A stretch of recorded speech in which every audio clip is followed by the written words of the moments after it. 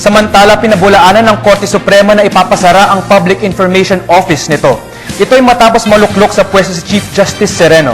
Ayon kay Supreme Court spokesman Attorney Gleo Guerra, ang tanging maapektuhan lamang sa pagbabago ay ang 30 empleyado nito.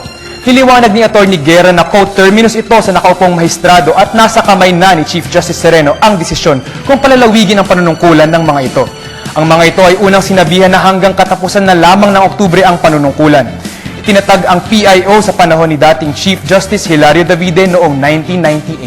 Nagpahayag na rin ng suporta si Supreme Court Associate Justice Roberto Abad sa liderato ng bagong punong maestrado Maria Lourdes Sereno.